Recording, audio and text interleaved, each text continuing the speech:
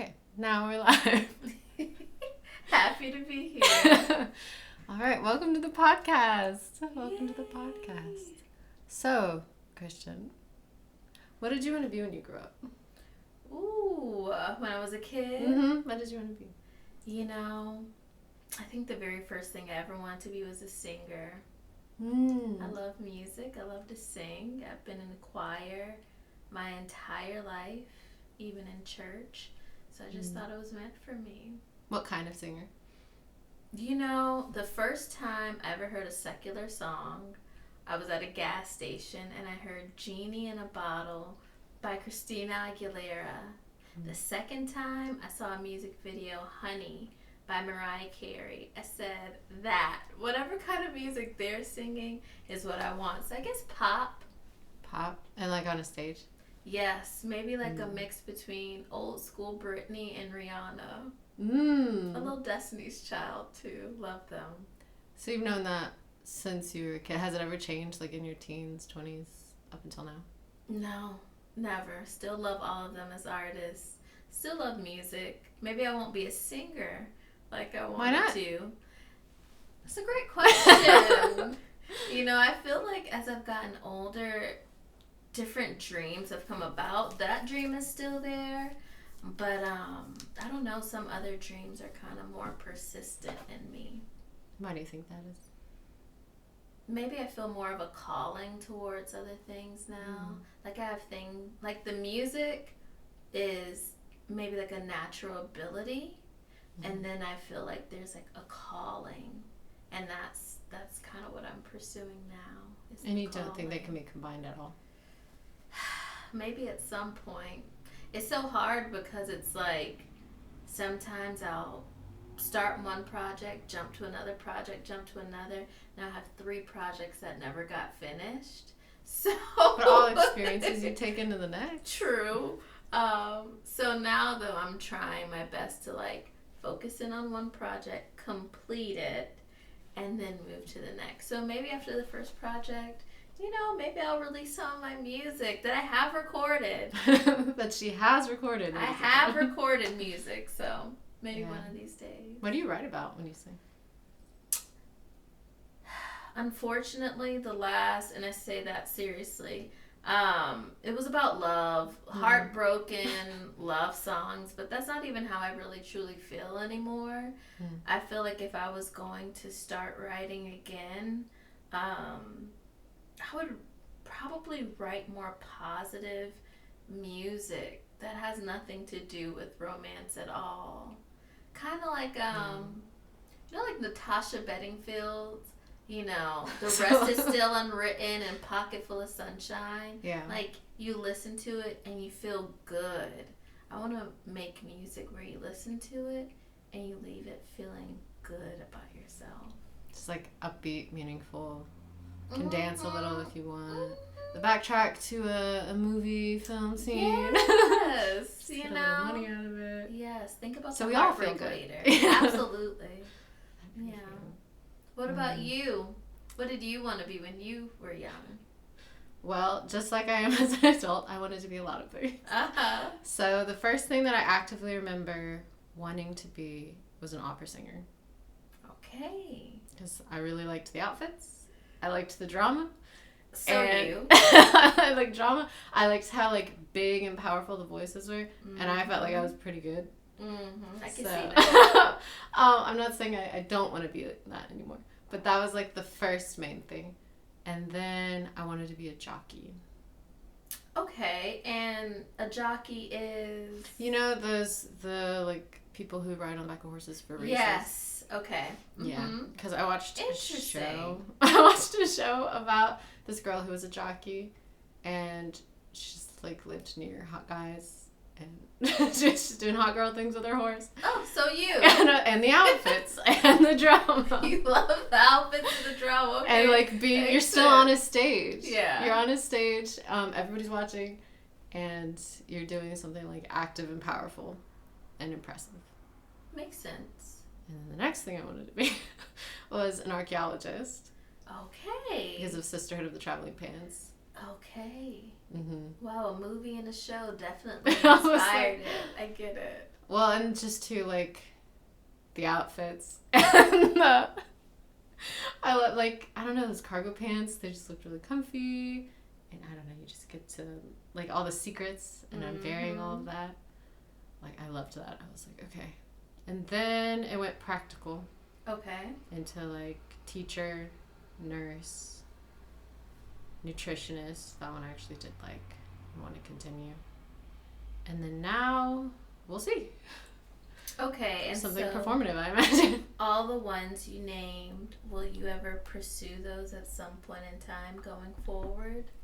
I think so. I think I'm gonna like come back around and restart everything. Okay, I love that. Because I mean, and I wanted to be a dancer. I can see that too. That's of so course, you. the outfits. Yeah. the drama. It's like, I have to do that. But yeah, I would say the same thing in that, like, how my choices have been informed since then, or we got more practical. Yeah. Because money and what was available. Yeah, honestly. And mental health. You know, that has, I know for sure, guided a lot of my choices. What has been the biggest, like, sign to you that it's time to move on from one of your, like, callings or things you're pursuing? That, like, pack it up, it's time for the next. I can't say that there was like a specific sign. I just think that life ushered me forward because I wasn't consistent enough with anything. And so, like the music that I wrote 10 years ago. Yeah. You know, never put it out. And so I think if you remain inconsistent with something long enough, it just becomes a shadow in the background, you know?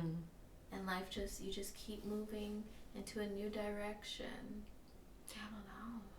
I kind of wonder that, like, all the experience and, like, desires we had throughout our life, if they don't, like, come full circle and come back around, and then, I guess, affect how we move forward. Like, when you really, you know, like, find yourself and understand what it is you want, if those don't, like, resurface and you're like, oh, yeah, forgot about these. I think it depends on how much you decide to show up for yourself. I think sometimes, especially like you were saying, with money, with mental health, and as you become an adult, things become practical. A lot of us are working paycheck to paycheck, so it's hard to kind of revisit certain things because the time and the money is not feasible.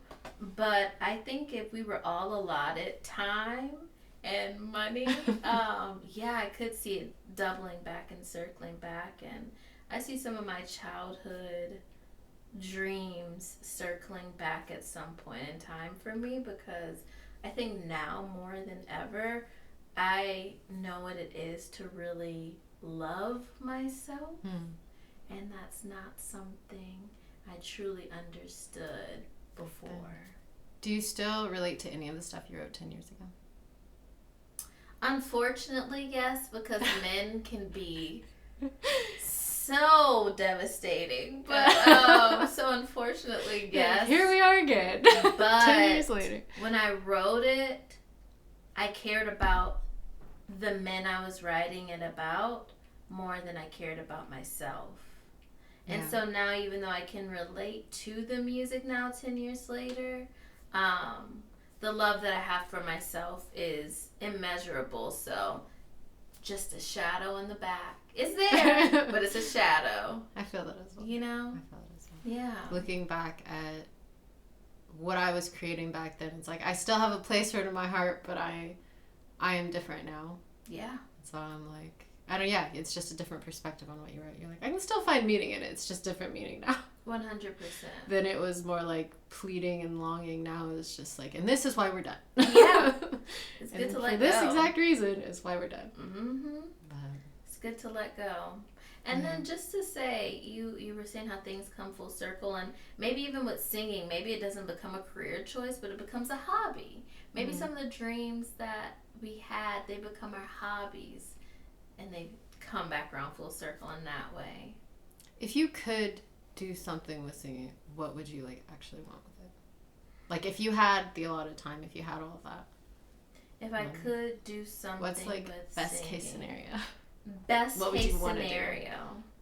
At this stage, whew, that's tough. I mean, dream world scenario, I become the next Rihanna / Beyonce. Realistic scenario, best case, I don't know. Maybe I could truly make a song that somehow becomes viral on TikTok. It doesn't bring me too much fame where I can't walk outside and be myself, but it makes the song notable enough that it gets streamed. I can make a quick $1 million because people keep playing it, and then I could just be like a 1 to 2 hit wonder. So like I got to scratch the itch. Yeah. You know, I think back when I was a kid, I wanted the fame. Now I absolutely do not want any fame. I don't mind being known for positive things. Respected. Yes, respected is a beautiful way to put it. But not famous. So just a little 1-2 hit soundbite wonder. And who would you want to say like it got popular on TikTok or whatever? Who would you want to reach out to you for like a feature? Oof. Who's like your dream? Okay. Reach out. Number 1, Doechii. Mm-hmm. Love her. Put the motherfucking money on my motherfucking hand. Love Doechii. Number 2, love Doja Cat. Number 3, Rihanna. And number 4, the girl group Flow. Yes. It's out in the universe now. It's out. Maybe all of them. Yeah. Maybe they'll all be featured. That'd be so Crazier cool. things have feature. happened. They really have. Like you never know what's coming next. You never know. But one thing I was gonna say is I've noticed since kind of like when I have decided to pick a thing, if I started down the road, even just like a little bit, just to get like what is it, a show of proof to like God or the universe, just to put it out there that like I am interested in this. Okay, I find that resources and like time and money somehow show up. Like it's not easy, but I don't have to force it. It doesn't feel like I'm blocked. Exactly. That's beautiful. Unless I am blocked and then I move on. Yeah. But I don't know. It feels like, you know, like when you just have like a craving for something. Like I'm really craving this type of creation, or like I feel like there's something in me that wants to like pop and come out. So that's how I feel with writing a lot. Okay. That I kind of took a cue from your book actually, and when you told me you had like silent days. Yes. I also have like very in silent days. That for me includes like phone and stuff. Just like nothing in, only out. That's smart. And from there I've noticed like I find ways to channel the creative urges, I guess, like the cravings.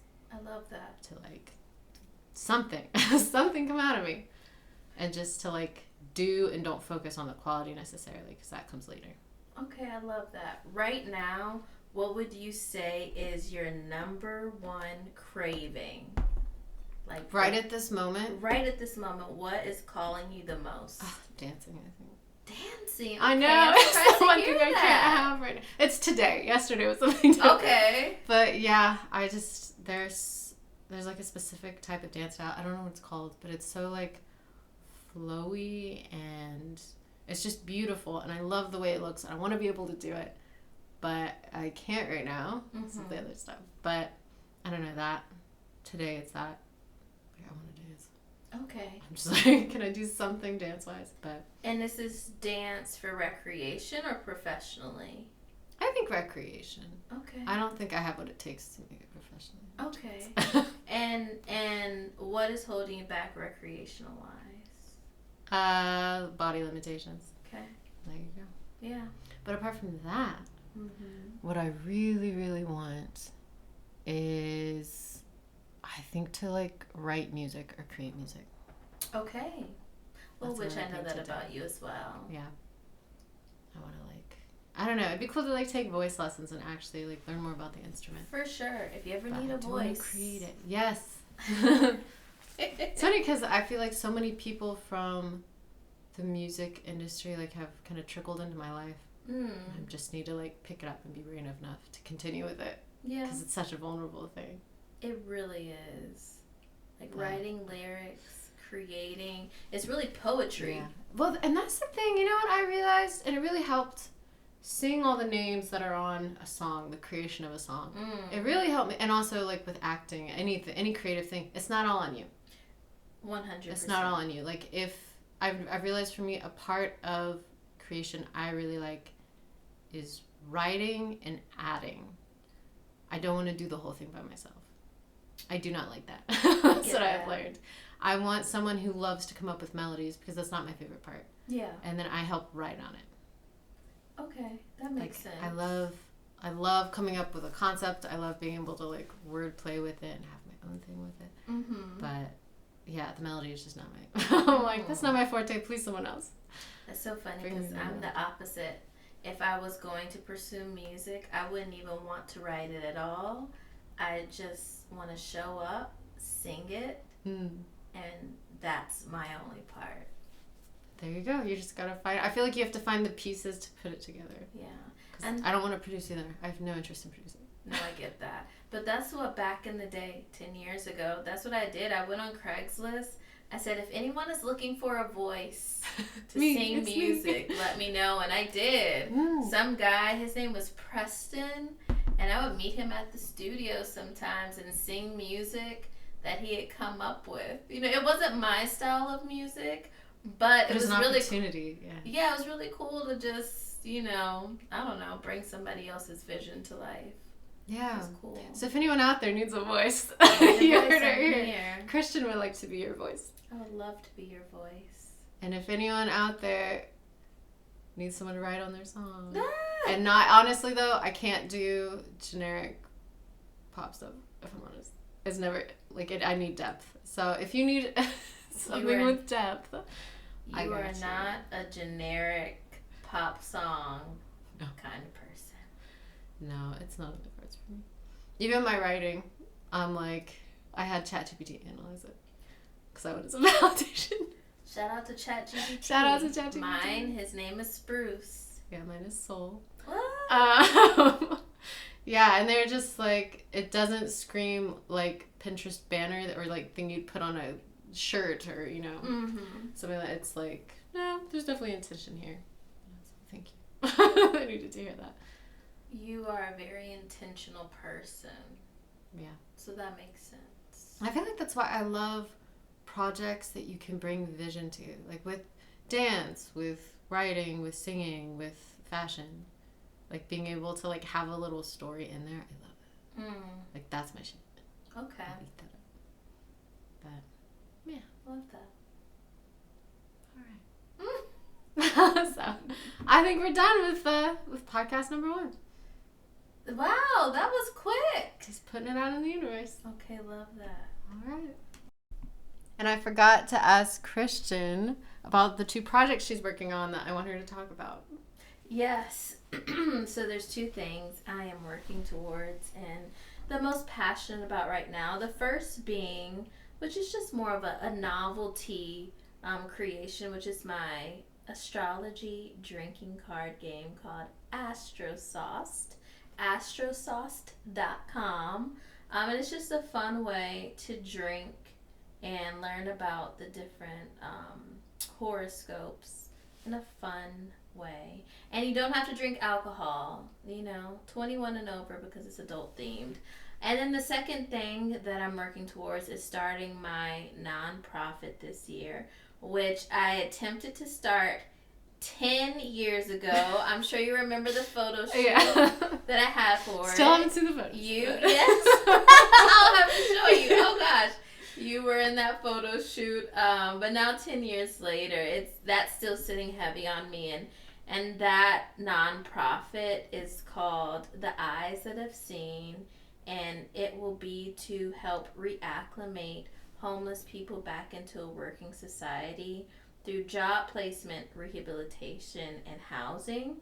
And then it'll also be used as a community outreach program because there are so many housed individuals who are struggling day to day to eat, to sustain life. And I feel like a lot of times they can be overlooked as well. So that is my number one calling, is that nonprofit. I know that's what I was put on this earth for.